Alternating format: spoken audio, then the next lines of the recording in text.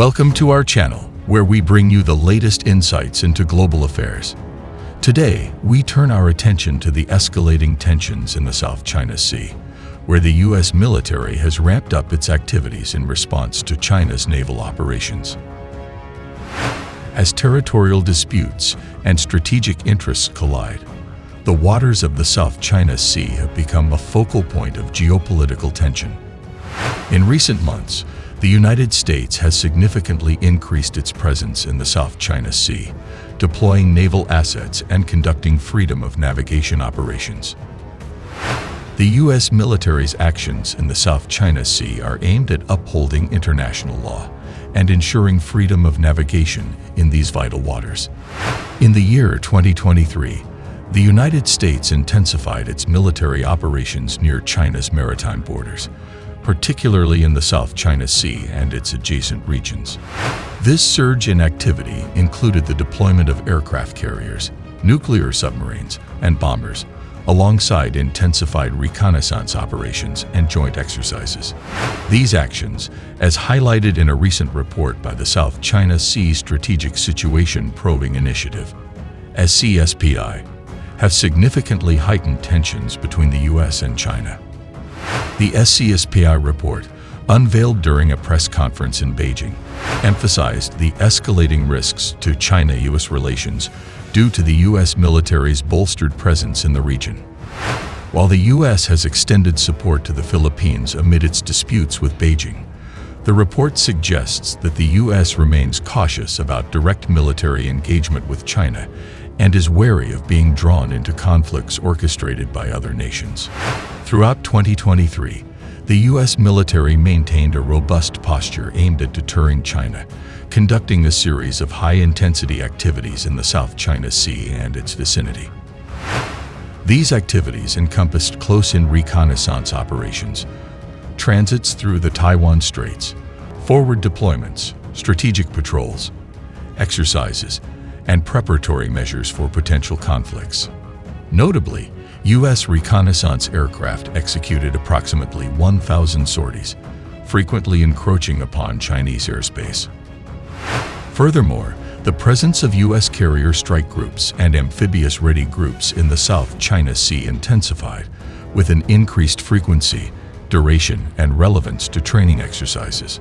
The report also documented sightings of nuclear-powered submarines, both attack and ballistic missile types, in close proximity to the region, signaling a clear intent for deterrence.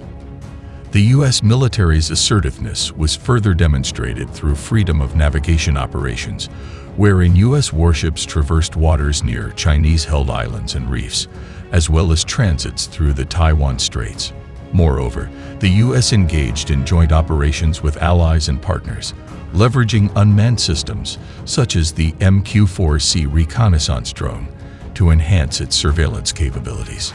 Despite incomplete statistics, the SCS noted a significant number of large-scale exercises conducted by the U.S. military in the South China Sea and its surrounding areas. These exercises, totaling 107, involve both unilateral actions and joint maneuvers with ASEAN member states and non-regional partners, including Japan, the UK, India, France, Canada, and Germany. Hu Bo, director of the SCS, raised concerns about the implications of such heightened military activities. He emphasized that the extensive U.S. operations in the vicinity of another country's waters during peacetime contradicted principles outlined in the UN Charter and international law, including the United Nations Convention on the Law of the Sea. Moreover, Hu underscored the escalating nature of U.S. military operations targeting China since 2009, despite ongoing global conflicts such as the Russia-Ukraine and Israeli-Palestinian crisis.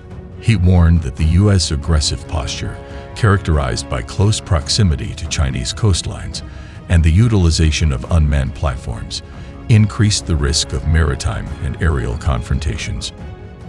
Looking ahead to 2024, the SCS anticipates a continuation of U.S. military escalation in the South China Sea and its environs, driven by geopolitical uncertainties, including the upcoming U.S. presidential election. However, the report cautions that such actions could provoke strong countermeasures from the Chinese People's Liberation Army, potentially leading to fatigue and accidents among U.S. forces, as well as heightened risks of misjudgment or operational errors, particularly with the increased reliance on drones. The U.S. military's heightened activities in the South China Sea represent a significant strategic challenge, with implications for regional stability and global security. As tensions persist, both sides must exercise restraint and engage in constructive dialogue to prevent the escalation of conflicts that could have far-reaching consequences. The 2024 edition of the Balikatan Joint Exercise is set to commence, featuring a significant deployment of military personnel from both the United States and the Philippines, with 11,000 U.S. personnel and 5,000 Philippine personnel scheduled to participate. This exercise underscores the long-standing military cooperation between the two nations. The event, reported by the Philippine news agency, is slated to run from April 22 to May 8, marking a crucial period of collaboration and strategic alignment. Meanwhile, China has been conducting extensive naval maneuvers in the region, asserting its claims over disputed islands and maritime territories. China's assertive actions in the South China Sea have raised concerns among neighboring countries and drawn strong reactions from the United States. Diplomatic efforts to ease tensions have so far yielded limited results, with both sides remaining steadfast in their positions. As the situation escalates, the risk of miscalculation and unintended conflict looms large, highlighting the need for effective communication and crisis management mechanisms. Thank you for watching. Stay tuned for more updates on the evolving situation in the South China Sea, and don't forget to like, share, and subscribe for further analysis and insights.